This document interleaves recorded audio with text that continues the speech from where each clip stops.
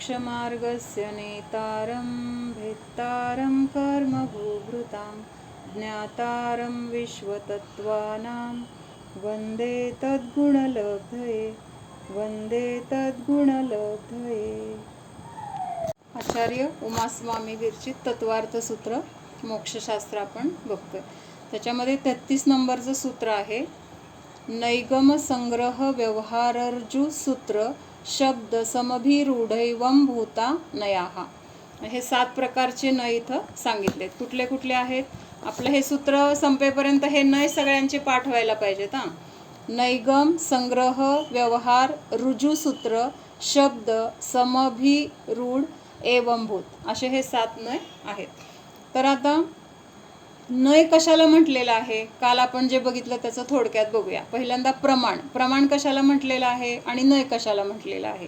कोण सांगतंय? प्रमाणाच्या द्वारे वस्तू अखंड जाणली जाते किंवा अखंड वस्तूला जे जाणतं तर त्याला म्हटलेलं आहे प्रमाण।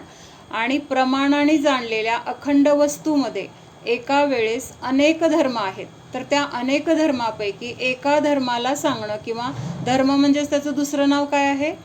अंश म्हटलंय किंवा एक देश म्हटलेला आहे। मग त्यातल्या एका भागाला, एका अंशाला, एका धर्माला किंवा एका गुणाला त्यावेळेस आपण त्याच्याबद्दल बोलणं किंवा त्या एका गुणाबद्दल म्हणजे सांगणं किंवा त्याचा विचार करणं, तर हे काय झालं? नय असं म्हटलेलं आहे। म्हणजे एका अंशाला जो जाणतो तर त्याला काय म्हटलेलं आहे? नय। आणि अखंड वस्तूला जाणलं जातं तर ते काय आहे? प्रमाण ज्ञान असं म्हटलेलं आहे। मग आता नय कुठल्या ज्ञानामध्ये असतात? नवीन कोणीतरी सांगा हां, म्हणजे अभ्यासू नको। ऋणाली, नय कुठल्या ज्ञानामध्ये असतात? ज्ञानामध्ये असतात। आणि बाकीच्या 4 ज्ञानामध्ये नय नाहीत। तर आता ही 7 नावं जी आहेत तर त्याच्यामधलं आपण काल बघितलं होतं की हां अजून थोडं राहिलं अनेकांत आणि स्याद्वाद। मग अनेकांत वस्तू कशी आहे? तर अनेकांतात्मक आहे। मग वस्तूला अनेकांतात्मक का म्हटलेलं आहे? आहेत ते अनेक गुण कसे आहेत? परस्पर विरोधी आहेत। हां, परस्पर विरोधी असताना सुद्धा एकाच वस्तूमध्ये किंवा एकाच द्रव्यामध्ये त्या गुणांचं अस्तित्व आहे। कसं आहे? एकमेकाला विरोध न करता, म्हणजे जिथं अस्ति आहे तिथंच नास्ती पण आहे, जिथं एक आहे तिथंच अनेक आहे, जिथं भेद आहे तिथंच अभेद आहे। मग हे विरोधी असताना सुद्धा ते द्रव्य कसं आहे? अखंड आहे। त्याच्यामध्ये काहीही म्हणजे भेद नाहीत किंवा भेद कुठं आहेत? तर वचनामध्ये, जाणण्यामध्ये असं ते भेद आहेत, पण प्रत्यक्षात त्या वस्तूमध्ये भेद नाहीत। पण कथन करताना हे दोन्ही गुणांना तिथं विरोध नाही हे सांगितलं जातं। म्हणजेच वस्तू आहे अनेकांतात्मक। आता ह्या वस्तूला ज्या पद्धतीने आपण सांगतो किंवा ज्या पद्धतीने कथन करतो त्याला काय म्हटलेलं आहे? वाद असं म्हटलेलं आहे। म्हणजे अनेकांतात्मक वस्तूला कथन करण्याची जी शैली आहे किंवा सांगण्याची जी शैली आहे तर त्याला काय म्हटलेलं आहे? स्याद्वाद। मग स्याद्वादचा अर्थ काय होतो? म्हणजे शब्दशः म्हणजे त्या अनेकांतात्मक वस्तूमध्ये जे काही गुणधर्म आहेत त्या गुणधर्मांना सांगत असताना तर तिथं काय आहे? एका वेळेस एकाच गुणाचं कथन केलं जाणार आहे। जरी तिथं अनेक गुण आहेत पण आपल्या वचनाच्या द्वारे आपण एकदम सांगू शकतो का? मग तिथं सांगत असताना एकाच गुणाला तिथं मुख्य करून सांगितलं जातं, पण तिथं बाकीचे पण सगळे गुण कसे आहेत? त्यांचं अस्तित्व तिथं आहे, नाकारलं नाही किंवा त्याचा निषेध नाही, तर त्याचा स्वीकार आहे। पण इथं काय म्हटलेलं आहे? मुख्य आणि गौण व्यवस्था। ह्याला काय म्हणायचं? मुख्य आणि गौण व्यवस्था। म्हणजे ज्या धर्माला आपण कथन करतोय तर ते काय झालं? तो धर्म तिथं मुख्य झाला। आणि त्यावेळेस तिथं असणारे बाकीचे धर्म कसे आहेत? तर गौण रूपाने आहेत, म्हणजे त्यांचं अस्तित्व आहे पण आत्ता तिथं आपण त्यांना कथनामध्ये किंवा वचनामध्ये घेतलेलं नाही। तर हे असं स्याद्वाद आणि अनेकांत ह्याचं स्वरूप पण आपण थोडक्यात बघितलं। त्याच्यानंतर काल एक सांगायचं राहिलं होतं की श्रुत प्रमाण दो प्रकार का है। मग आता ते 2 प्रकार स्वार्थ आणि परार्थ असं तिथं सांगितलं होतं। मग ह्याचा अर्थ काय आहे तर ते बघूया। स्वार्थ म्हणजे काय? म्हणजे हे आहे तर श्रुतज्ञानाचं, म्हणजे श्रुतज्ञानाचेच हे 2 भेद सांगितलेत, स्वार्थ श्रुतज्ञान आणि परार्थ श्रुतज्ञान। मग स्वार्थ श्रुतज्ञान कशाला म्हटलंय? तर ज्यामध्ये आपल्या स्वतःला ज्ञान मिळवण्यासाठी आपण प्रयत्न करतो, वाचतो, गुरूंकडून शिकतो किंवा कुणाचं तरी ऐकतो म्हणजे आणि पाठ करतो, म्हणजे जे जे काही करतो तर ते कशासाठी केलं, हेतू काय आहे तिथं, की मला स्वतःला शिकायचे, मला स्वतःला समजून घ्यायचे. मग हा हेतू कुणासाठी आहे, तर स्वतःसाठी आहे. म्हणून तिथं त्या ज्ञानाला काय म्हटलेलं आहे, स्वार्थ श्रुतप्रमाण असं म्हटलेलं आहे. आता स्वार्थाचं लक्षात आल्यानंतर परार्थाचं काय असणार आहे, तुम्ही पण सांगू शकता. परार्थ श्रुतज्ञानामध्ये काय असणार आहे, दुसऱ्यासाठी. म्हणजे दुसऱ्यांना शिकवणं किंवा आता आचार्य काय करतात, उपदेश देतात, ग्रंथाची रचना करतात किंवा अजून काय शिकवतात. मग हे सगळं जे आहे तर ते कशामध्ये येणार आहे, परार्थ श्रुतप्रमाणमध्ये येणार आहे. मग स्वार्थ श्रुतप्रमाण आणि परार्थ श्रुतप्रमाण हे लक्षात आलं सगळ्यांच्या, थोडक्यात बघितलंय आपण, म्हणजे आता त्याचा अर्थ आपल्याला समजला एवढं ठीक आहे. म्हणजे हे इथं आलं होतं, लक्षात आलं सगळ्यांच्या. स्वार्थ आणि परार्थ कशाला म्हटलंय, पण आपल्या स्वतःसाठी शिकतोय, मला शिकायचंय म्हणून त्या ग्रंथाचं वाचन केलं, पाठांतर केलं किंवा गुरूंकडं गेलो, आम्हाला हे ग्रंथ शिकवा असं म्हटलं, त्यांच्याकडून तो ग्रंथ शिकला किंवा जे काही लिहिलेलं आहे ते वाचलं किंवा अजून कुठले तरी प्रवचन वगैरे आपण आता ऐकतो की नाही, यूट्यूबवर ऐकतो. कशासाठी ऐकतो, तर आपल्याला स्वतःला ज्ञान मिळवायचे, स्वतःला शिकायचे, समजून घ्यायचे. ह्या हेतूने आपण आपल्यासाठी जे जे काही करतो तर त्याला काय म्हटलेलं आहे, स्वार्थ श्रुतप्रमाण असं म्हटलेलं आहे. आणि दुसऱ्यासाठी म्हणजे खरं तर ते दुसऱ्यासाठी उपचाराने म्हटले, आपण ते करतोय आपल्यासाठीच करतोय. आपल्यासाठी कसं, तर आपल्याला भाव उत्पन्न झाले ना, ह्याला शिकवायचे किंवा ह्यांना सांगायचे किंवा ह्यांना काय करायचंय, समजून सांगायचं, जे जे काही आपल्याला दुसऱ्यासाठी वाटतंय किंवा आचार्यांना भाव झाला की ह्या सगळ्या जीवांचं कल्याण व्हावं, हे सगळे जगामधले जीव कसे आहेत, दुःखी आहेत. मग त्यांना तर स्वतःला ज्ञान आहे किंवा त्यांना सगळं त्यांनी स्वतःसाठी त्याचा उपयोग पण करतायत, तरी सुद्धा त्यांना आता भाव काय झालेत, जगामध्ये असलेल्या दुःखी जीवांचं पण कल्याण व्हावं. आणि त्यासाठी मग त्यांनी काय केलं, ग्रंथरचना केली. उमास्वामी आचार्यांनी ग्रंथरचना केली. ही कुणासाठी केली, आपल्याला त्याचं ज्ञान मिळावं असा त्यांना भाव झाला की इथून पुढं जे जे कोणी ह्या ग्रंथाचं वाचन करतील, शिकतील, त्यांचं काय होणार आहे, संसारातील दुःख नष्ट होणार आहे, त्यांना खऱ्या सुखाची प्राप्ती होणार आहे. ह्या अपेक्षेने त्यांनी तो ग्रंथरचना त्यांनी केलेली आहे. आणि मग त्याला काय म्हटलेलं आहे, परार्थ म्हटलेलं आहे. पण हे सगळं असं म्हणणं, परासाठी केलं, आता सगळीकडे असं म्हणतोच की आपल्या स्वतःसाठी जे आहे ते स्वार्थ. पण आता इथं श्रुत शब्द आलाय ना, म्हणजे श्रुत ज्ञानासाठी हे प्रकार आलेत म्हणून त्याचा विस्तार असा येणार आहे. व्यवहारात आपल्याला स्वार्थ, परार्थ किंवा हे सगळं माहीत आहे. तर मग स्वतःसाठी जे शिकतो ते स्वार्थ, आणि दुसऱ्यांना शिकवण्यासाठी जे काही असेल, शिकवणं, लिहिणं, वाचून दाखवणं किंवा समजून सांगणं, उपदेश देणं, हे सगळं परार्थमध्ये आहे. आता थोडंसं आपण ह्याच्यात आत्ता जे म्हटलं ना, की जरी आपल्याला हे वाटतंय की परार्थ म्हणजे दुसऱ्यासाठी आहे, पण आचार्यांना भाव झाला की काय, की ह्या जीवांचं कल्याण व्हावं म्हणून त्यांनी तो ग्रंथ लिहिला.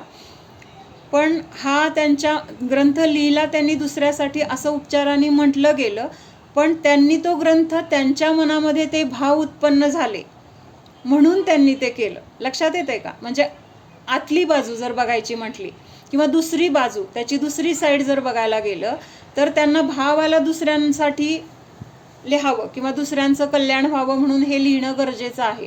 पण त्याच्यामध्ये दुसरी साईड जर बघायला गेलं तर आपण काय करत असतो, आपण म्हणतो मी त्याच्यासाठी केलं किंवा मदत केली, जे काय असेल, पण ते करताना आपल्या मनामध्ये जी इच्छा उत्पन्न झाली आहे ना तसं करण्याची, मदत करण्याची, देण्याची, जे काय असेल, तर ती इच्छा आपण पूर्ण करतोय. लक्षात येते का, म्हणजे आपण म्हणताना दुसऱ्यासाठी म्हणलोय, पण करताना आपण काय केलंय, आपल्या मनामध्ये ती इच्छा पूर्ण करण्या, म्हणजे इच्छा झाली आणि ती पूर्ण जोपर्यंत होत नाही तोपर्यंत आपल्याला बेचैन होते. मग ती आपण इच्छा पूर्ण का केली, दुसऱ्यासाठी केली का स्वतःसाठी केली, कुणासाठी केली, दुसऱ्यासाठीच केली नाही, स्वतःसाठी केली, स्वतःसाठी केली. म्हणजे हे मला पहिल्यांदा लक्षात येत नव्हतं बरं का. आपली इच्छा पूर्ण, आपण आपली इच्छा पूर्ण करतोय. भले म्हणताना म्हटलं जाईल की मी दान दिलं, मी ते केलं, मी असं केलं, पण ते करावं असं आपल्या मनामध्ये इच्छा उत्पन्न झाली होती आणि त्या इच्छेची पूर्णता आपण केली. आणि ती इच्छेची पूर्णता केली आणि म्हणताना म्हटलं जाईल की मी त्यांना केलं किंवा मी त्यांचं केलं. म्हणजे ह्याचं उदाहरण मला पूर्वी अगदी सुरुवातीला जेव्हा मी अम्मांकडे जायला लागले तेव्हा ह्या भाषा म्हणजे हे शास्त्रातले शब्द भाषा लक्षात येत नव्हते. तर माझे दादा माझ्याकडे आल्यानंतर मंदिरात यायचे, अम्मा असायचे प्रवचन ऐकायला वगैरे. पण मला दुकान असायचं, मग आम्ही दोघं लवकर यायचो, म्हणजे 10ला वगैरे यायचो आम्ही घरी. आणि दादांना अजून त्यांना करायचं असायचं पूजा किंवा वाचायचं असायचं म्हणून दादा 11 11:30पर्यंत मंदिरात थांबायचे. मग इथं प्रणय काका म्हणून एक जण होते, वारले म्हणजे ते आता एक 4-5 वर्ष झाली. मग ते प्रणय काका पण तिथं मंदिरात त्यांचं पण स्वाध्याय वगैरे चालू असायचा. त्यांचं घर दुसरीकडे होतं, आमचं घर दुसरीकडे, पण ते दररोज दादांना सोडायला घरी यायचे. मग ते मला असं वाटायचं की अरे आपल्यासाठी त्यांना त्रास होतोय, किंवा मग मी त्यांना म्हणायचे काका तुम्ही कशाला रोज येता, म्हणजे मी पाठवीन वगैरे असं बोललं जायचं. तर ते म्हणायचे मी त्यांना सोडायला येत नाहीये, मी त्यांना सोडत नाहीये, तर मी माझे विकल्प शांत करतोय असं ते म्हणायचे. काय म्हणायचे? मी माझे विकल्प शांत करतोय. म्हणजे काय, त्यांना असा भाव झाला की ह्यांना घरी सोडावं, म्हणजे ही त्यांची इच्छा किंवा त्यांना मनात आलेला विकल्प, आणि त्या विकल्पाला त्यांनी पूर्ण केलं. म्हणजे हितं कर्ताभाव आहे का जरा तरी? नाहीतर मी रोज सोडतोय, मी त्यांना सोडलं, हा भाव तिथं व्यवहारामध्ये म्हणजे बोलला जातो किंवा असं बघितलं जातं किंवा म्हटलं जातं. पण प्रत्यक्षात त्यांनी जे खरं आहे ते सांगितलं. लक्षात येते का? आतली बाजू म्हणजे त्यांच्या मनामध्ये तसा विचार आला आणि त्या विचाराला त्यांनी पूर्ण केलं. पण शब्द त्यांनी काय वापरायचे की माझे विकल्प मी शांत करतोय, मी त्यांना सोडत नाही. मग मला पहिल्यांदा हे कळत नव्हतं, नंतर कळायला लागलं. म्हणजे परार्थ ज्ञानाबद्दल मला तसं वाटलं की आपल्यासाठी आचार्यांनी लिहिलं वगैरे बरोबर आहे, आपल्यावर त्यांचे अनंत उपकार आहेत. त्यांनी जर हे ग्रंथ वगैरे लिहिले नसते तर आपण कुठं गेलो असतो, कुठं भरकटला असतो, नरक निगोद तिर्यंच ह्या गतीमध्येच आपण दुःख भोगत राहिलो असतो. आज काहीतरी आपलं पुण्य आहे, आपल्याला हे ग्रंथ मिळाले, त्यांनी रचना केली, हे सुद्धा म्हणजे आपल्यासाठी खूप उपकार आहेत. तरीसुद्धा एक असं बघायला गेलं तर त्यांच्या मनामध्ये तो भाव उत्पन्न झाला आणि तो त्यांनी ह्या लिखाणाच्या द्वारे पूर्ण केला. म्हणजे ही दुसरी साईड आहे बरं का त्याच्यामध्ये. आपल्याकडनं होतंय ते काम, हा त्यांची योग्यता आहे, पण असं कुठंतरी मनात एक सोलून जातं की हे माझ्यामुळे केलंय किंवा मी केलंय किंवा काय, नकळतपणे का होईना. हा तर हे प्राथमिक भूमिकेमध्ये म्हणजे आत्ताच्या आपल्या संसारावस्थेमध्ये म्हणा किंवा अजून आपला तेवढा सखोल अभ्यास नाही, अनंत भवाचे आपले संस्कार काय आहेत, कर्तृत्व बुद्धीचे आहेत. ह्या 4 बुद्धींना घेऊन आपण अनादी काळापासून काय करतोय, त्याच्यासोबतच आहे. मी केलं, माझं, मी किंवा मी भोगणारा, मी खाणारा, मी करणारा, ह्या अशा 4 बुद्धी आहेत. तर त्याचे संस्कार आपल्यावर अनादी काळापासून आहेत. मग हे संस्कार आपल्याला पुसण्यासाठी तत्वज्ञानाचा पण तेवढा आधार घ्यायला पाहिजे, तेवढं तत्वज्ञानाचं चिंतन केलं पाहिजे.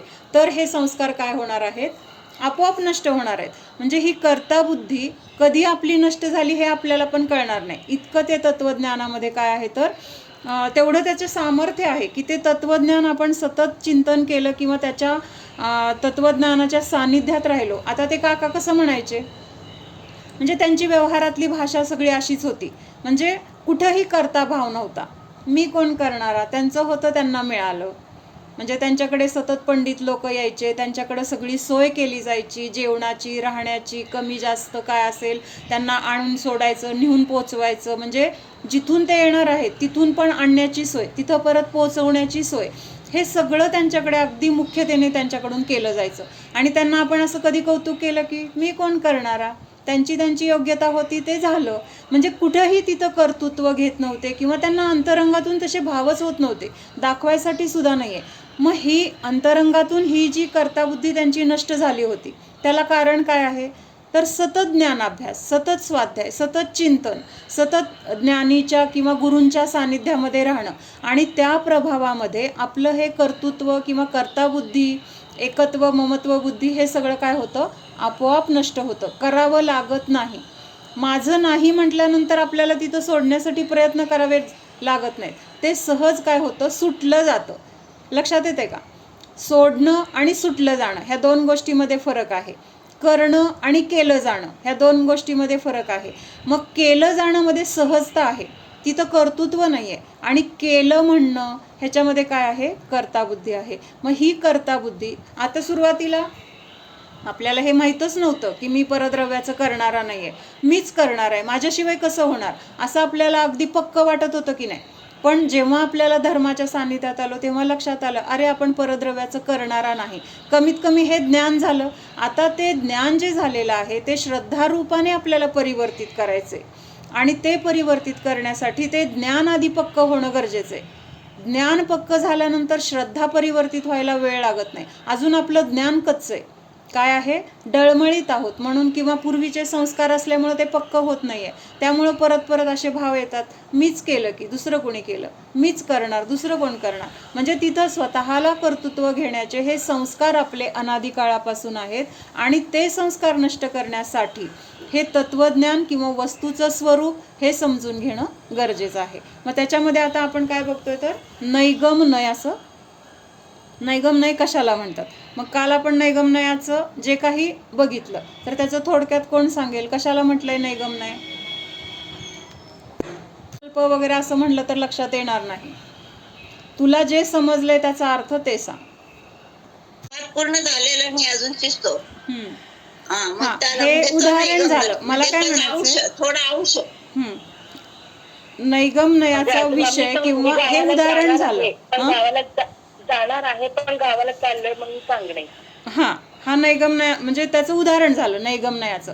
नैगमनय कशाला म्हटलेलं आहे, किंवा काय, आपण एखाद्या वस्तूला आत्ताची मांडणी त्याला नैगम म्हणतात. तसंच भविष्य काळात होणाऱ्या घटना किंवा भूतकाळामध्ये होणारे पर्याय ते वर्तमान काळामध्ये त्याचं कथन करणे याला नैगमनय म्हणतात.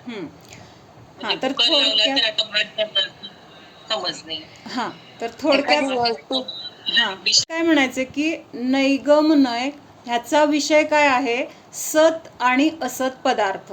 म्हणजे जे काही ह्या विश्वामध्ये आहे तर ते तर त्या नयाचा विषय आहेच. म्हणजे आता 6 द्रव्य, 6 द्रव्यांचे गुण, त्याचे भूत भविष्य आणि वर्तमान काळ ह्याच्याबद्दल एकाच वेळेस तिथं काय केलं जातं, गृहीत धरलं जातं. भूतकाळ होऊन गेलाय तरी पण त्याचं आत्ता बोललं जातं, पुढं होणार आहे त्याचं पण आत्ता वर्तमानात बोललं जातं की झालंय किंवा आत्ताच आहे असं बोललं जातं. म्हणजे हा सतचा विषय झाला. म्हणजे ज्या ह्या विश्वामध्ये पदार्थ आहेत, द्रव्य आहेत, तर ते सगळे सत आहेत. तर ते सत पण सत काय आहे, ह्या नैगमनयचा विषय आहे. आणि दुसरं असत काय आहे तर जे नाही, म्हणजे ज्याचं अस्तित्व नाही, अशा असतला पण हा नैगमनय काय करतो, विषय करतो.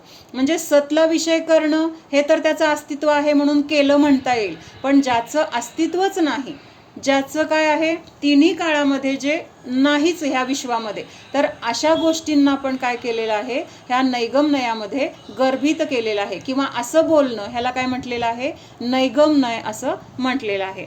म्हणजे असत काय आहे तर आपल्या मनामध्ये जे जे आपण विचार करतो तर ते सगळे विचार बरोबर असतात का, किंवा सत असतात का, खरे असतात का.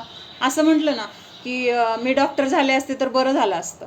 आत्ता आपण आहोत गृहिणी, पण हा विचार कसा आहे, खरं कल्पना आहे जी काय केली आहे ती वास्तवात येणार आहे का, किंवा झालेली आहे का, किंवा होऊन गेलेली आहे का. म्हणजे असं आपण जे जे काही विचार करतोय, जे शक्य नाही किंवा झालं पण नाही आणि होणार पण नाही, अशा सगळ्या कल्पना सुद्धा कशामध्ये येणार आहेत, नैगमनयामध्ये येणार आहेत. लक्षात येते का?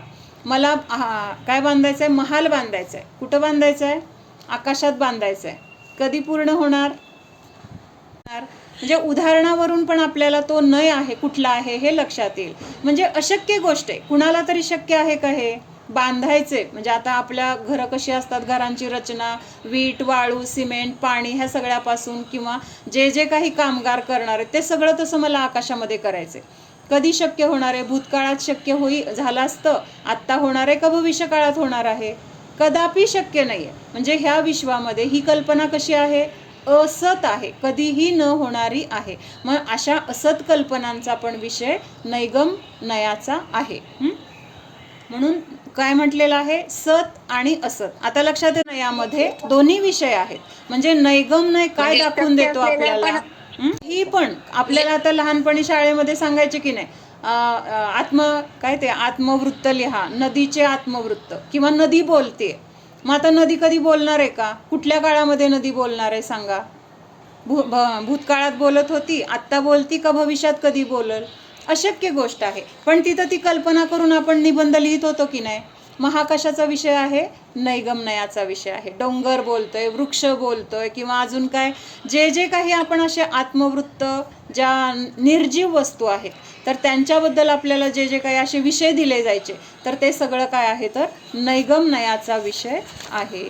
आपला विषय करतो हे एक मर्यादित झालं, म्हणजे एकच सांगितलं, हे सत झालं. म्हणजे तिन्ही काळामधलं जर आपण घेतोय ना तर ते फक्त सत झालं. पण नैगमनयाचा विषय सत पण आहे आणि असत पण आहे. म्हणजे सत जेवढं आहे त्याच्याबद्दल आपण जेवढ्या काही कल्पना करणार, आता किती काय काय कल्पना करू शकतो आपण, किती पण कल्पना, आणि प्रत्येक जीव प्रत्येक वेगवेगळी त्याची कल्पना, हे सगळं कुठल्या कशामध्ये येणार आहे तर नैगमनयामध्ये येणार आहे. असत म्हणजे जे पूर्वी पण नव्हतं, आत्ता पण नाही, आणि पुढं पण त्याचं अस्तित्व कधी असणार नाही. म्हणजे तिन्ही काळामध्ये ज्याचं अस्तित्व नाही असं ते असत. असत म्हणजे खोटं, जे नाही ते त्याला असत असं म्हटलेलं आहे. मग हे दोन्हीही विषय नयाचे आहेत. म्हणजे आपल्या मनामध्ये येणारा प्रत्येक विचार हा नय आहे, बरोबर आहे?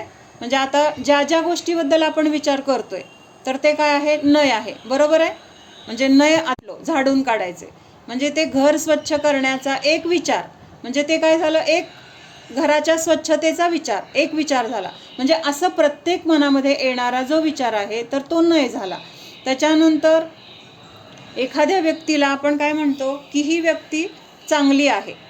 मग चांगली आहे म्हणत असताना त्या व्यक्तीमध्ये अनेक गुण आहेत, तरी पण आपण तिथं आता मुख्यतः कुठल्या गुणाची केली की हा व्यक्ती चांगला आहे, प्रामाणिक आहे, किंवा अजून दुसऱ्या अपेक्षेने वाईट आहे, आळशी आहे, सुंदर आहे, कुरूप आहे, हे सगळं जे जे जे जे काही विचार आहेत तर ते सगळे काय आहेत? नय आहेत. मग हे सगळे विचार खरेच आहेत का? आता एखादं बाळ कसं आहे? अपंग आहे, किंवा काळं आहे, किंवा असं लुळं पांगळं आहे, पण त्याची आई बघताना त्या मुलाकडं अशा अपेक्षेने बघते का? कसं बघते? ते मूल सुंदर आहे, माझं बाळ किती छान आहे, माझं बाळ किती चांगलं आहे, त्याच्यावरती मनापासून माया करते. म्हणजे तिथं तिला ते जे आहे ते दिसत नाहीये, आणि सुंदरता नाही तरी पण तिथं तिला सुंदरता दिसते. लक्षात येते का? म्हणजे व्यवहारात सुद्धा आपल्याला हे फक्त काय जे घडलं नाही किंवा घडणार नाही तेच नाही, आत्ता आपण त्या कल्पना कशा अपेक्षेने करतोय किंवा कसं आपल्याला त्याचे अनुभव येत आहेत हे सुद्धा काय आहे तर जर तशी वस्तू नाही आपण त्या वस्तूला तसं मानतोय तर ते कशामध्ये येणार? असतमध्ये येणार, बरोबर आहे? आपण खोटं बोलतोय आणि तिथं म्हणतोय नाही नाही मी तर खरंच बोलणारा. तो सत्यघोष होता. सत्यघोष कसं बोलत होता? वागताना तो खोटं वागत होता, दुसऱ्यांना फसवत होता, आणि सांगताना सगळीकडे काय सांगत होता? मी इतका खरं बोलणारा व्यक्ती आहे की माझ्या आयुष्यात मी कधीही आजपर्यंत खोटं बोललो नाही, आणि जर बोललो माझ्याकडून कधी खोटं बोलणं झालं किंवा बोललं गेलं तर त्यांनी गळ्यामध्ये एक चाकू अडकवलेला असतो, त्याच्या जानव्याला चाकूच बांधलेला असतो. जर माझ्याकडनं खोटं बोललं गेलं त्या क्षणी मी माझी जीभ काय करणार? छाटून टाकणार, असं तो म्हणत असतो. पण प्रत्यक्षात तो खरा आहे का? भासवतोय तो खरा, म्हणजे त्याचं खरं पण तिथं काय आहे?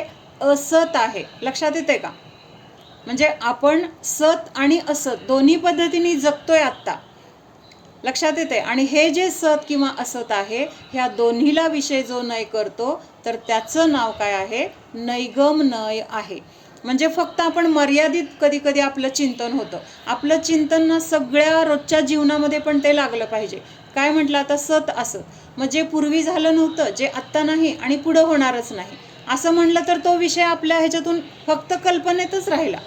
पण आपण रोजचं जीवन जगताना अशा असत कल्पना करतोय. काय काय कल्पना करतोय? हे शरीराला मी असं समजतोय, असत कल्पना आहे का? असत कल्पना. म्हणजे हे नय आपल्याला काय सांगून देत आहेत की आपल्या चुका पण आपल्याला त्याच्यातून लक्षात येणार आहेत. सत काय असत काय हे दोन्ही आपल्याला समजून घेऊन आपल्याला हे नय समजून फायदा काय करून घ्यायचा आहे? जे असत आहे त्या असतच्या मागं लागून आपल्याला काय होतंय? दुःख भोगावं लागतंय, किंवा ते असतला आपण सत समजल्यामुळं आपल्याला दुःख होतंय, त्याच्यामुळे रागद्वेष होत आहेत, त्याच्यामुळे कर्मबंध होतोय, त्याच्यामुळे आपल्याला हे चतुर्गती भ्रमण आहे. आणि ह्याच्यातून आपल्याला जर सुटका करायची असेल तर सतला सत जाणून, असतला असत जाणून त्या असतपासून आपण स्वतःला काय केलं पाहिजे? त्याच्यापासून आपल्याला दूर म्हणजे किंवा त्या असतचा विषय आपण सोडला पाहिजे म्हणजे काय, त्याला हेय जाणलं पाहिजे. काय केलं पाहिजे, हे सगळं सत काय असत काय हे जाणून त्याच्यामध्ये माझ्यासाठी ग्रहण करण्यायोग्य काय आहे, सोडून देण्यायोग्य काय आहे आणि फक्त जाणण्यायोग्य काय आहे हे बघणं आपलं म्हणजे कर्तव्य आहे किंवा हे आपल्याला त्याच्यातून शिकायचं आहे. मग सत आणि असत ह्या दोन गोष्टींना विषय नैगमनय करतो. मग सत काय आहे, ज्याचं अस्तित्व आहे, तिन्ही काळामध्ये ज्याचं अस्तित्व आहेच त्याला सत म्हटलेलं आहे. म्हणजे सत पण असं नाही आहे की आत्ताच्या काळामध्ये आहे, पूर्वीच्या काळामध्ये हे द्रव्य नव्हतं किंवा पुढच्या काळामध्ये हे द्रव्य असणार नाही, असं नाही आहे. जे द्रव्य आहे तर ते तीनही काळामध्ये कसं आहे, त्याचं अस्तित्व कायम आहे, शाश्वत आहे, ते कधीही नष्ट होणार नाही.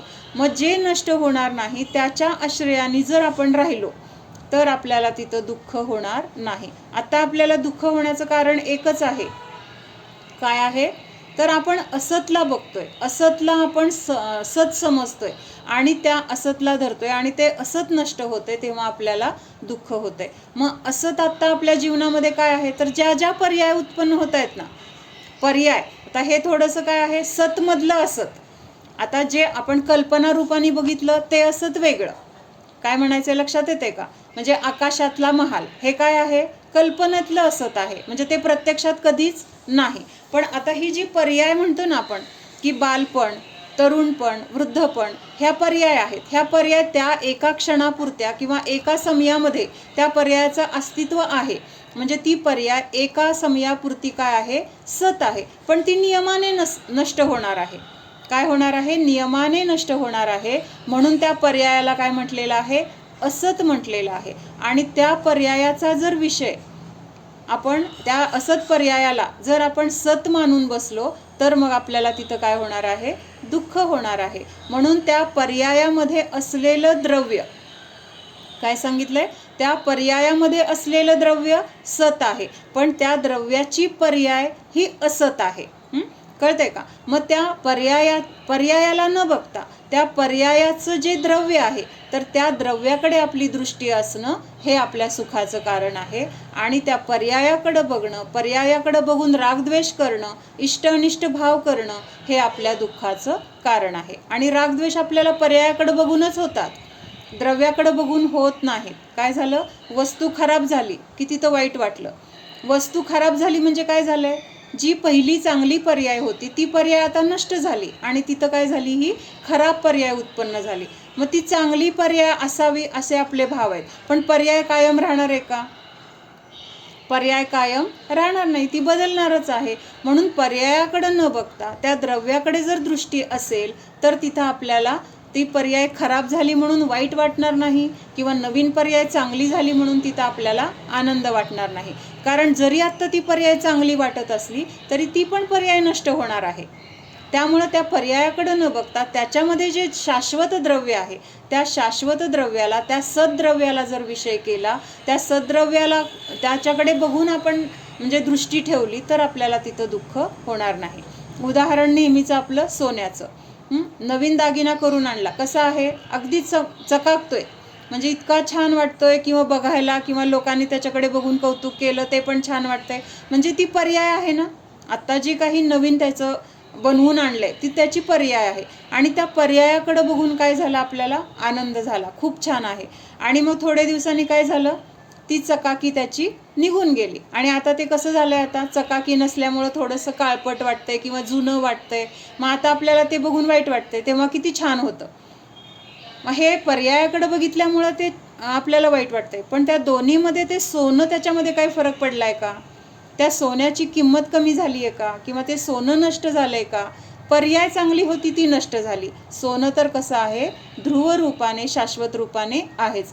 म्हणून सतला जाणायचंय. म्हणजे आता हा नैगमनय आपल्याला दोन्ही गोष्टी दाखवून देतोय, सत काय आहे आणि असत काय आहे. पण आपल्याला त्याच्यामध्ये उपयोगी काय आहे हे कोण ठरवणार, आपण ठरवायचंय. म्हणजे त्याच्यामध्ये माझ्यासाठी ग्रहण करण्यायोग्य काय आहे, जाणण्यायोग्य काय आहे आणि सोडून देण्यायोग्य काय आहे हे तिथं आपण त्याच्यातून बघायचं. म्हणजे हे असत जे आहे ते माझ्यासाठी कधीही सुखाला कारण नाही, असा हा नैगमनयाचा विषय आहे.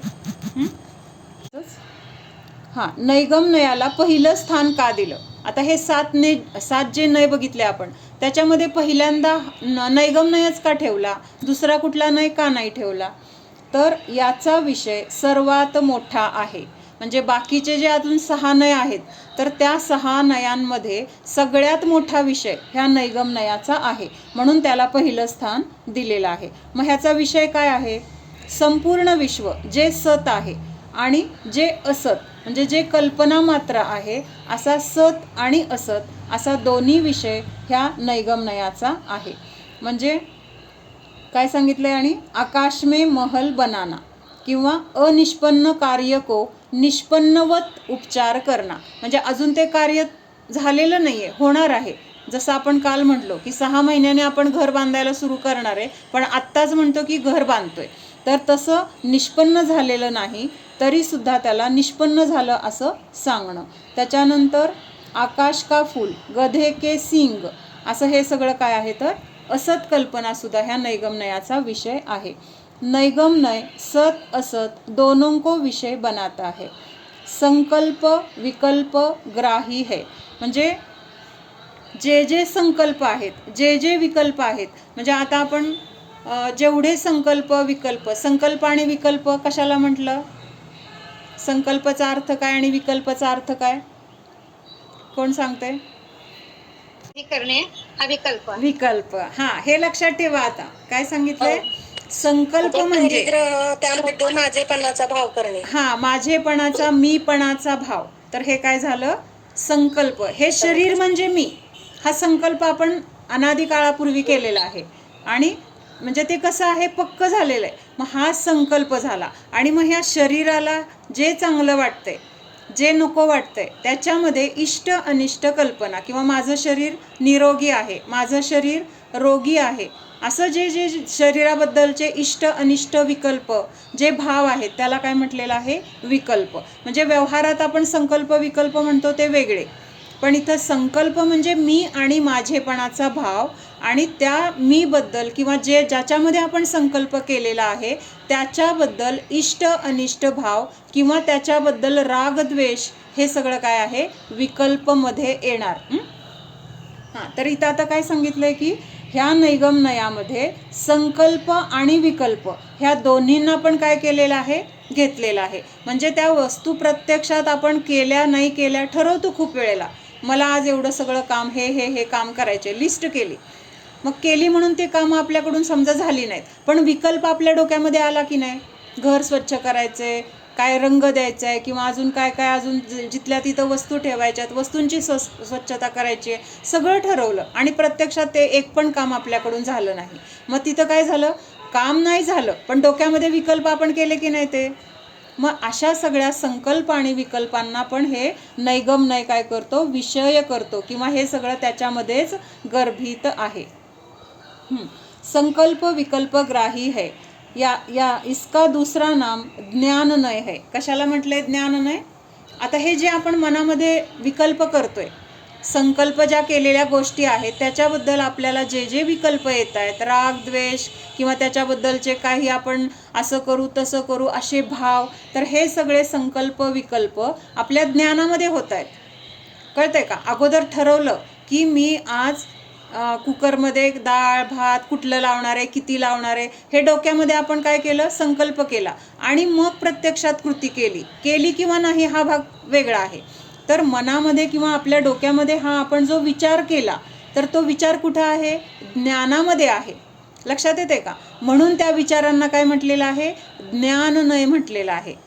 प्रत्यक्षात केलं तर ते ज्ञान नाही म्हणता येणार, पण आपल्या मनामध्ये आलेला प्रत्येक विचार, मगाशी म्हटलं ना, आपल्या मनामध्ये आलेला प्रत्येक विचार हा एक एक नय आहे, आणि मग त्या नयाला काय म्हटलेलं आहे?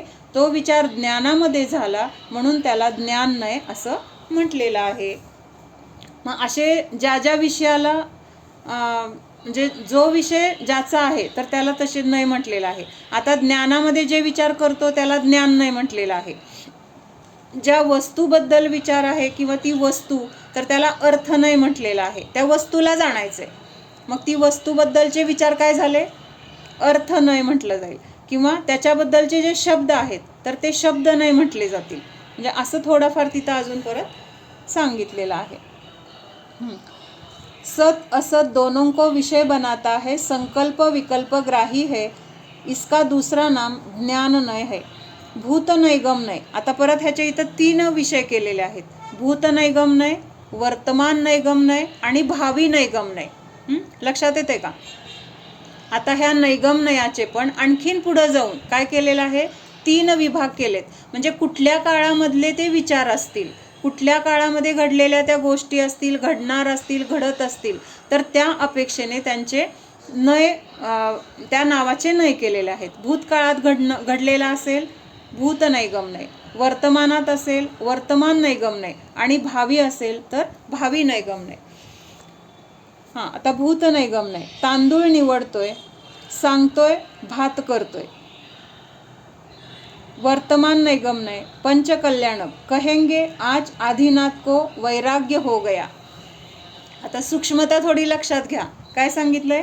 आता आदिनाथ भगवान कधी होऊन गेले, किती काळ लोटला, जवळजवळ किती, 1 कोडाकोडी असेल बहुतेक, नाही 1 कोडाकोडी नाही, बरं जाऊ दे, ठीक आहे, खूप काळ लोटला एवढं तर माहिती आहे. म्हणजे आदिनाथांचं आयुष्य किती, पुढच्या तीर्थंकरांचं, सगळे तीर्थंकर होऊन गेलेत.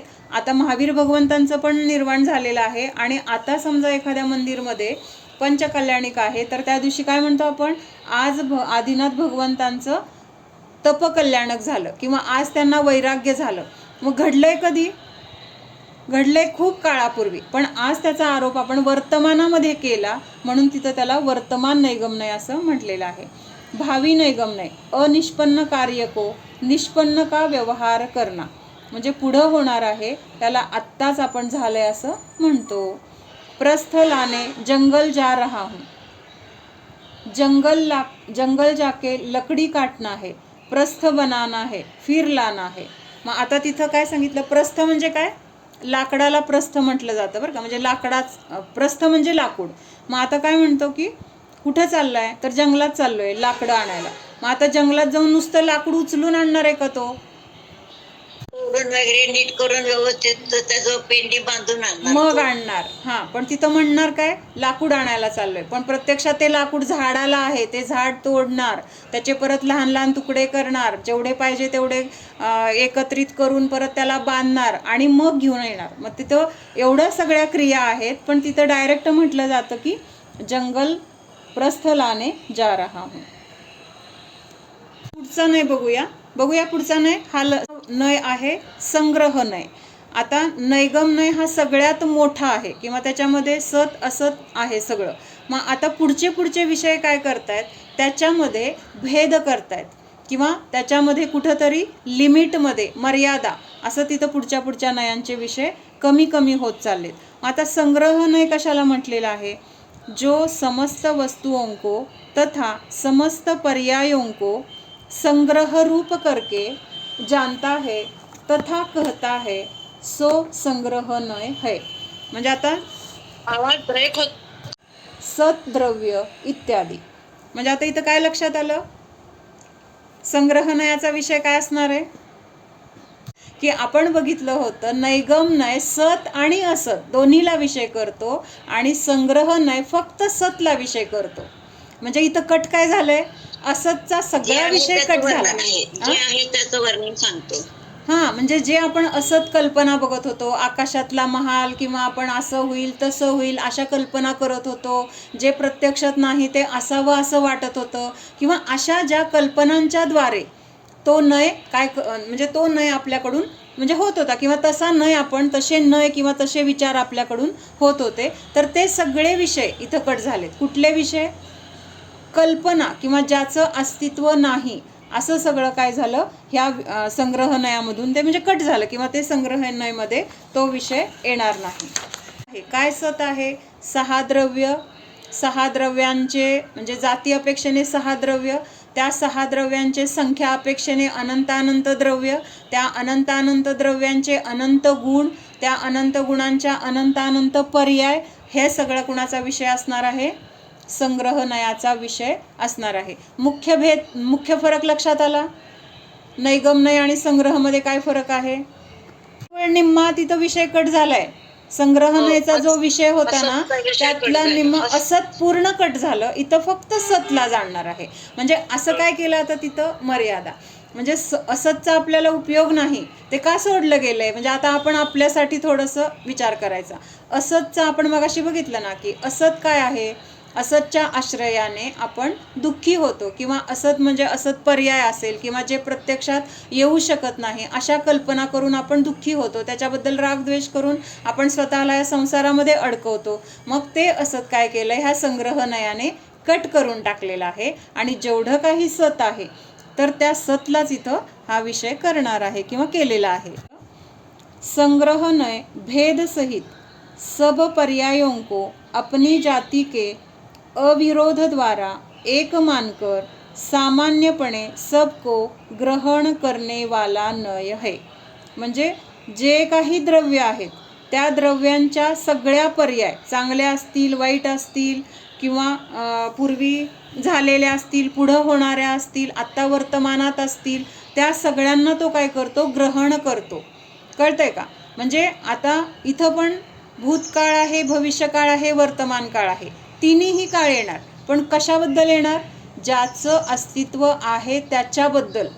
आपण नैगमनयमध्ये काय करत होतो, ज्याचं अस्तित्व नाही अशांसाठी पण भूत, भविष्य, वर्तमान काळ वापरत होतो. म्हणजे तो विषय तिथं पूर्ण कट झाला. पण इथं आता तिन्हीही काळातील काळाचा आरोप इथं येणार आहे. पण कशावर येणार आहे, जेवढं सद्द्रव्य आहे त्या सतद्रव्यालाच तिथं हे तीनही काळाच्या अपेक्षेने बघितलं जाणार आहे किंवा ग्रहण केलं जाणार आहे. मग तिथं भेद नसणार आहे. म्हणजे आपण कल्पना करतोय ना, आता मी शिक्षक होणार आहे, म्हणजे मी आता ॲडमिशन घेतलंय आणि थोड्या वर्षांनी मी शिक्षक होणार आहे, किंवा मी आता डॉक्टर होणार आहे. आत्ता मी ॲडमिशन घेतलंय, अजून पूर्ण व्हायला भले तिथं 2-3 वर्ष 4 वर्ष जे काय असतील राहिलेले ते तिथं लागणार आहेत, आणि त्याच्यानंतर मला डिग्री मिळणार आहे. पण होणार आहे ही गोष्ट खरी आहे की नाही? ॲडमिशन घेतली म्हणजे तिथं ती डिग्री मला मिळणार आहे हा विश्वास आहे. म्हणजे ह्या अपेक्षेने तिथं जे सद्द्रव्य आहे त्याच्या पुढं होणाऱ्या पर्याय, पूर्वी होऊन गेलेल्या पर्याय आणि वर्तमानात होत असलेल्या पर्याय ह्यांना हा काय करतो, विषय करतो. म्हणजे ह्या सगळ्यांना एकत्रितपणे हा संग्रहनय सांगतो. संग्रह शब्दच काय म्हणतोय की ह्या सगळ्यांना एकत्रित केलेला आहे. कशाला? भूतकाळातील, भविष्यकाळातील आणि वर्तमान काळातील जे काही पर्याय असतील, जे पूर्वीचे भव असतील, जे पुढं होणारे भव असतील, आणि आत्ता वर्तमान काळातील भव. मग हे कुणाचे आहेत? माझेच आहेत ना. आता माझे भव, मग माझे पूर्वीचे भव आणि पुढचे भव आणि वर्तमानातील भव, हे सगळ्यांना विषय कोण करणार आहे? तर संग्रहनय. संग्रहनयाने मला विषय केलाय, मग मी सत आहे ना, सत आहे की नाही, माझं अस्तित्व अनादि अनंत आहे. मग अनादि अनंत द्रव्याचा विषय केला आहे, म्हणून त्या नयाला काय म्हटलेलं आहे? संग्रह करणारा नय. सगळ्यांच्या लक्षात येतोय का? फरक लक्षात येतोय का आधीचा आणि आत्ताचा? आत्ताच क्लिअर करून पुढे जाऊया.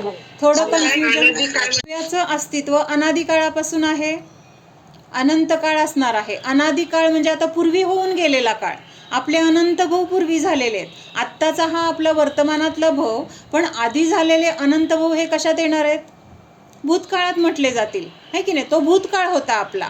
भूतकाळात भले आपण नारकी असेल, तिर्यंच असेल, निगोदी असेल, देव असेल, मनुष्य असेल, स्त्री असेल, पुरुष असेल, जे जे काही आपल्या पर्याय होऊन गेल्यात, तर त्या सगळ्यांना कशामध्ये घेतलं जाणार आहे? तर ह्या संग्रहनयामध्ये घेतलं जाणार आहे. तर संग्रहनयामध्ये का घेतलं? तर हा संग्रहनय सत जे आहे किंवा ज्याचं अस्तित्व आहे त्यालाच विषय करतो, किंवा त्यालाच तो काय करतो? ग्रहण करतो. असतला तो ग्रहण करत नाही. ह्या सगळ्याला नैगमनय पण ग्रहण करत होता, पण त्याच्या जोडीला बाकीचं बिनकामाचं पण होतं. काय बिनकामाचं होतं? कामाचं पण ठेवलंय आणि बिनकामाचं पण ठेवलंय. बऱ्याच वेळाला आपण असं एखादं कपाट वगैरे असतं ना, सगळं त्याच्यात कोंबलेलं असतं, आणि मग एक दिवस आपण बाहेर काढतो आणि काय म्हणतो? बिनकामाचं पण किती कोंबलंय ह्याच्यात. मग हे जे बिनकामाचं असतमध्ये, नैगमनयमध्ये होतं, असत रूपाने होतं, तर त्याला संग्रहनयाने काय केलं? कट करून टाकलं, त्याला काढून टाकलं. मग आपण काय करतो? जे लागणार नाही त्या वस्तू आपण काढून टाकतो, आणि जेवढं लागणार आहे तेवढंच त्या कपाटामध्ये ठेवतो. बरोबर आहे? हे आपल्या रोजच्या जीवनातलं आहे. म्हणजे सगळं एक ठिकाणी गोळा करून ठेवलंय तर तो नैगम नाही. आणि त्याच्यातलं लागणारं फक्त ठेवलं आणि जे नाही लागणार तर ते काय केलं, टाकून दिलं. तर तसं इथं म्हणजे आता ते तर खरं सतच आहे, पण समजून घेण्याच्या अपेक्षेने सांगितलं बरं का. असतमध्ये आपल्यावर घटवायचं म्हणजे आता नैगम नाही मध्ये आपण घटवलं ना की पर्याय असत आहे, मग त्या पर्यायाला आपण विषय करतो तेव्हा आपल्याला रागद्वेष होतात. पर्यायाकडे विषय लक्ष देतो तेव्हा आपल्याला दुःख होतं. म्हणजे पर्याय चांगली आहे, आनंद वाटतो. पर्याय तिथं काहीतरी रोग उत्पन्न झाला, तिथं दुःख झालं. पण ती पर्याय आहे, नष्टच होणारी आहे, असत आहे, मग त्याच्याकडे लक्ष द्यायचं नाही. तर त्या पर्यायामध्ये असलेला जो ध्रुव किंवा जो आत्मा, त्या आत्म्याकडे जर बघितलं तर आपल्याला तिथं चांगलं किंवा वाईट, राग किंवा द्वेष होणार नाही. म्हणून असतला तिथं आपण कट केलं. आता संग्रहनयाचं पण अजून आपण विस्ताराने बघणार आहे. मग संग्रहनय आपल्यामध्ये कसं लावायचा किंवा कसं घटवायचं हे शेवटी बघूया. नैतिक आहे.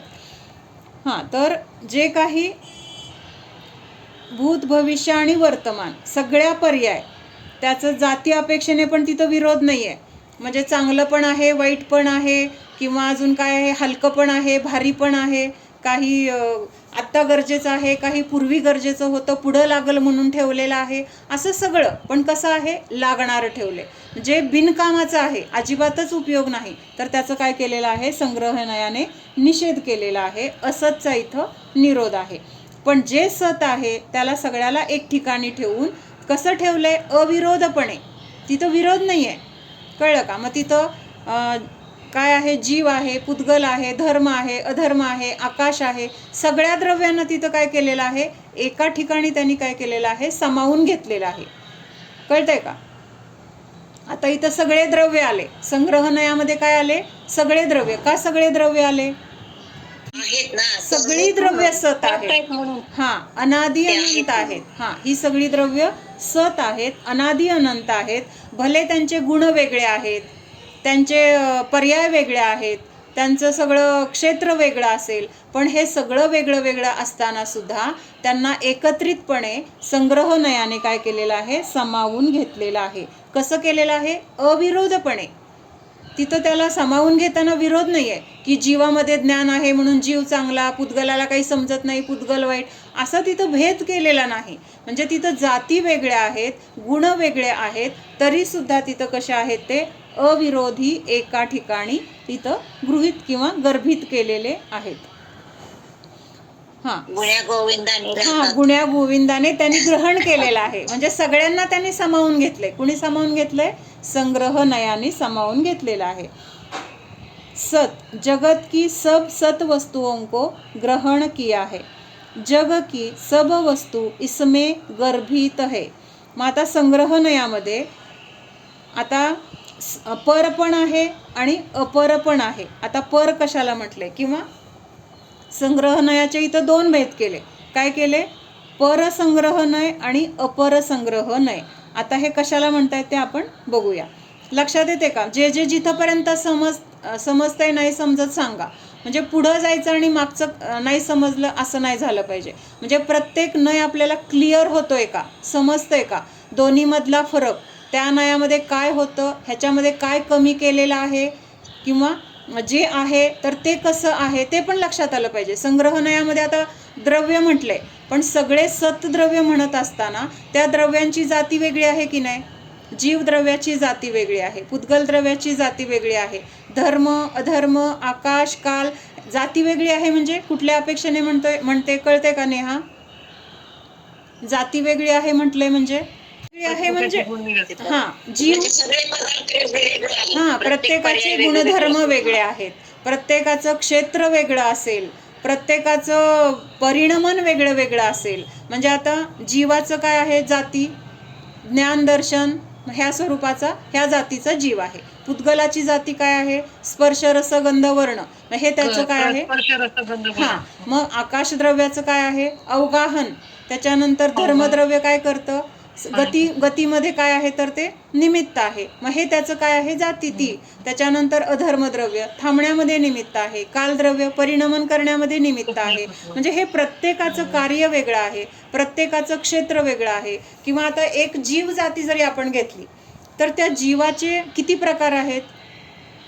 एक इंद्रियापासून पंचेंद्रियापर्यंतचे जीव, त्याच्यानंतर 4 गतीमध्ये आढळणारे जीव, त्याच्यानंतर अजून कुठल्या क्षेत्रामध्ये आहेत त्या अपेक्षेने जीव, विधेय क्षेत्रातले जीव किंवा कर्मभूमीतले जीव, भोगभूमीतले जीव, असं तिथं काय आहे विविधता आहे. पण विविधता कशामध्ये आहे. सतमध्येच आहे. तिथं जे हा सगळा वेगळेपणा आहे, ह्या सगळ्या वेगळेपणाला ह्या संग्रहनयाने काय केलेलं आहे सामावून घेतलेला आहे. तिथं तो विरोध करत नाही आहे. हे देवगतीतले म्हणून चांगले, हे नारकी पापी आहेत म्हणून वाईट आहेत, किंवा ह्या स्पर्श पुद्गलाला काही समजतच नाही म्हणून तो अज्ञानी. म्हणजे असं तिथं भेद नाही आहे कुठला. तिथं तर सगळं काय आहे एकरूपतेने त्यांना सामावून घेतलेलं आहे. हां, तर ह्या संग्रहनयाचे 2 भेद केले. कुठला परसंग्रहनय, अपरसंग्रहनय. आता परसंग्रहनय कशाला म्हटलेला आहे. सत को ग्रहण करने वाला नय शुद्ध सबसे उत्कृष्ट जो सत है इसमें आता है सभी द्रव्य गुण पर्याय. तर हे विस्तार आपण नंतर बघूया. अगोदर अपरसंग्रहनय पण वाचते, म्हणजे हे 2 वाचल्यानंतर आपल्याला दोन्हीतला फरक लक्षात येईल. आवाज ब्रेक होतोय. परसंग्रहनय सत को ग्रहण करने वाला नय शुद्ध सबसे उत्कृष्ट. म्हणजे आता ह्या संग्रहनयामध्ये हा परनय काय आहे तर उत्कृष्ट मानलाय. का उत्कृष्ट मानलाय ते बघूया आपण. काय एवढं लक्षात घ्यायचंय की जे शुद्ध आहे, जे उत्कृष्ट आहे, तर ते ज्याच्यामध्ये आहे तर त्याला म्हटलंय परसंग्रहनय. म्हणजे संग्रहनयाचाच विषय आहे, पण त्याच्यामध्ये परत 2 भेद केले की जे शुद्ध आहे, उत्कृष्ट आहे, तर त्याला काय म्हटलेलं आहे परसंग्रहनय. आता हां, जो सत है इसमें आता है सभी द्रव्य गुण पर्याय. अपर संग्रहनय ये छोटा है. द्रव्य कहा तो सिर्फ द्रव्य ही आएंगे, गुण पर्याय नहीं आएंगे. म्हणजे त्यांच्यामध्ये आता थोडासा फरक केलेला आहे. काय फरक केला आहे तर परसंग्रहनयमध्ये जे द्रव्य आहे त्या द्रव्याचे गुण पण घेतले. म्हणजे पहिल्यांदा तर द्रव्याला ग्रहण केलं, द्रव्यामध्ये असलेल्या अनंत गुणांना ग्रहण केलं, आणि एका एका गुणाच्या अनंत पर्याय, अशा त्या अनंत गुणांच्या अनंतानंत पर्याय हे सगळ्याला काय केलं ह्या परसंग्रहनयाने ग्रहण केलेलं आहे. आता अपरसंग्रहनय ह्याच्यामध्ये काय सांगितलंय की परसंग्रहनयाच्या अपेक्षेने हा लहान आहे. का लहान आहे तर याच्यामध्ये फक्त द्रव्यच घेतलेली आहेत. म्हणजे तेवढंच काय आहे द्रव्य आहे. मग विस्तार करायचा म्हटलं तर कुठं जावं लागेल आपल्याला परनयामध्ये जावं लागेल. त्या द्रव्यांचे गुण असं जर म्हटलं तर मग ते काय झालं परसंग्रहनय म्हटला जाईल. लक्षात येते का अवघड वाटतंय. हां, फक्त द्रव्यच म्हणणार. जीवद्रव्य, पुद्गल द्रव्य, मग जीव सगळे जेवढे जीवद्रव्य असतील ते द्रव्य तिथं म्हटलं जाईल. पण त्या द्रव्यांमध्ये असलेल्या गुणांचं जर आपल्याला चर्चा करायची आहे तर ती चर्चा ह्या नयामध्ये येणार नाही. ती चर्चा केली तर लगेच त्याला परसंग्रहनयमध्ये गेलो आपण लगेच. हां, असं. हां, इसमें द्रव्य ही आएंगे, गुण पर्याय नहीं आएंगे.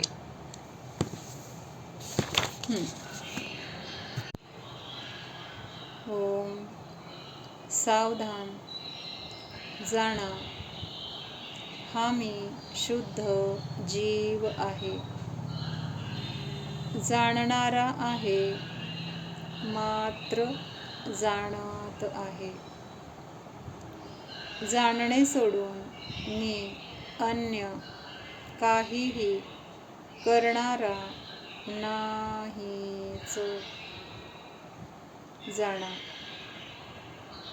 स्वतःला जाणा.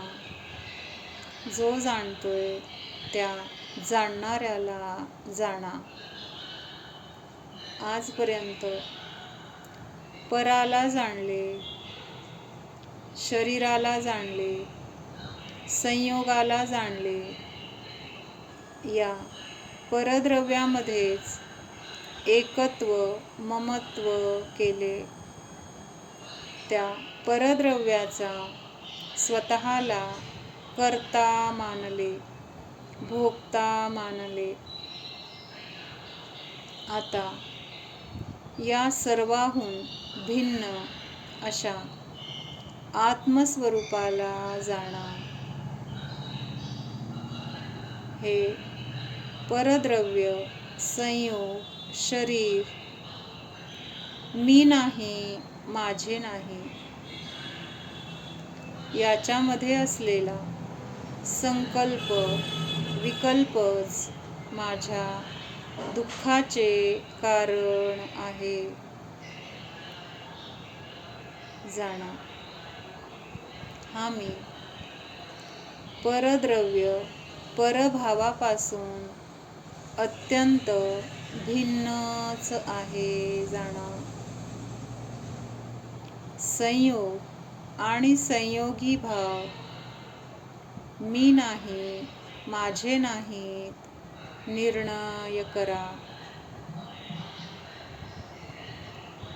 या सर्वांना मी मात्र जाणणाराच आहे. इष्ट अनिष्ट भाव करणारा नाही, राग द्वेष करणारा नाही, जाणणाराच आहे.